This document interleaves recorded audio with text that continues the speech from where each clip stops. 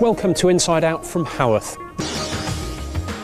Meet the only orchestra in the world made up entirely of deaf musicians. Everyone has got the ability to be creative, whether it's in music, dance, drama.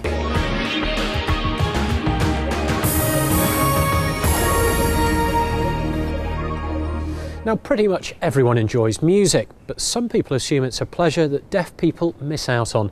But as Nicola Rees has discovered, West Yorkshire's home to the world's only orchestra where all the members are deaf. Music and deafness are two things that don't normally sit together. So how come this group of Yorkshire youngsters with severe hearing problems are about to perform their own piece of music at a packed-out Royal Albert Hall? Well, it's a remarkable story of a refusal to give up on a musical dream. Here's all the usual stuff you'll have been told about people who are deaf. They can't enjoy the classics or the greats of pop. And as for the modern stuff, well, just forget it. And none of this either. Get past the people, get past the hitman! But that's where you'd be wrong. There may be 9 million people in the UK with some degree of hearing loss, but one Yorkshire charity is helping them to make music. And this is where they're based. Huddersfield. Profoundly deaf himself, Paul Whitaker has founded the charity Music and the Deaf. I've got this passion for music and I want to share it with other people. Because what's important is not your disability but your ability. I think at the outset everyone has got the ability to be creative, whether it's in music, dance, drama, painting, whatever. But it's the way that that is encouraged and tapped into when you're young that makes all the difference.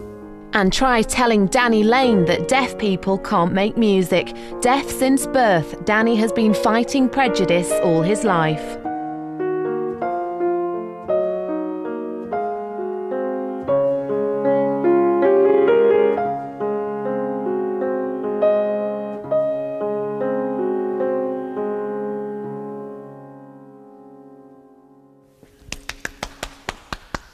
Wow, that was beautiful. What would you say if somebody said, you know, you can't play this, you're deaf, how can you play like that?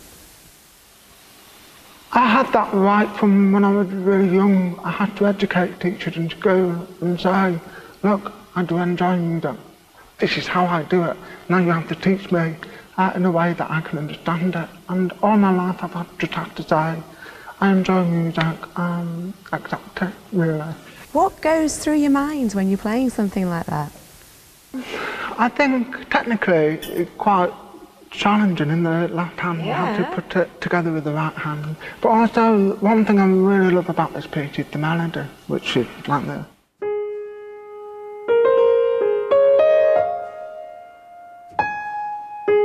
There's some intricate stuff there, isn't there?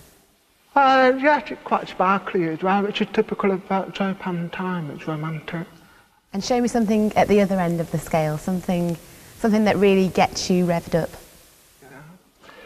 One of my favourite composers is Shostakovich. Right. It excites me.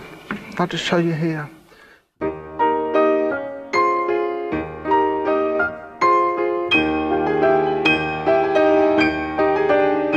Wow, that's amazing. Yeah, there's a lot of staccato, which is basically... And I can sense that, particularly. Without his hearing aids, Danny would hear absolutely nothing, but he's living proof that deafness need be no barrier to making music. He's now working for Music and the Deaf to help deaf children realise their musical dreams. Among them, 11-year-old Thomas West from Leeds. He has severe hearing loss, but that hasn't stopped him taking up the piano. When Thomas was first diagnosed, he was quite shy, he was quite introspective. In some ways he was quite remote in his outlook because he had this problem. And with the music, it's helped to give him express himself. It also it's given him lots of confidence. And in fact, there's quite a showman in Thomas. He's very outgoing now. 16-year-old Danielle Booth is another Music and the Deaf success story. Danielle failed both her hearing tests that they did her as a baby. It were just little things when ice cream van would come in she wouldn't hear it and all other children in the street had heard it. It was really upsetting because Danielle wouldn't mix with other children. At first she wouldn't mix with anyone. She was scared of adults. But there's been a breakthrough. The charity's High Notes group has won its way to the final in one of the UK's major music festivals. We're going to the Royal Albert Hall at the school's prom. It's a honour to be there because I don't think many people do actually get that chance to be there, so it's a real honour, yeah. It's a big day for you. It will be, yeah. I've never been to the Albert Hall before, so it's a bit of a dream, you know, for me, coming true. Over the years, some of the world's most famous musicians have played here. Pavarotti, Frank Sinatra, Eric Clapton, even the Kaiser Chiefs. But tonight, taking centre stage at the Royal Albert Hall for one night only, a group of very special young musicians from Yorkshire. The school's prom is one of the biggest events in the music calendar. 3 nights of the very best schools music from across the UK. How are you feeling?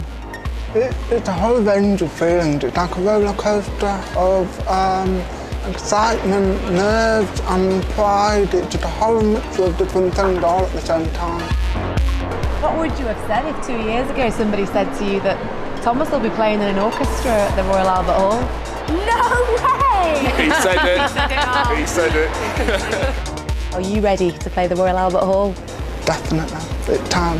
We've worked really hard for this. We've practiced and practiced, and it's now the music that we're going to play is just very natural to us, so we just want to do it.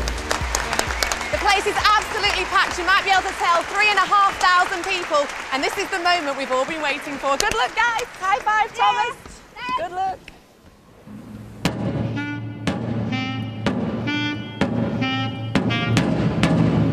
The experimental piece they're performing has been written by the kids themselves. It's called Tutankhamun's Curse, about the explorers who discovered the mummy's tomb. I can't believe what she's done. I just hope, you know, with other teachers and that, and other people that know her and know what she used to be like sees her now, and they can't believe what a difference it has made in Danielle's life. With the right support and the right people around them, deafness doesn't have to stop them achieving anything that they want to do.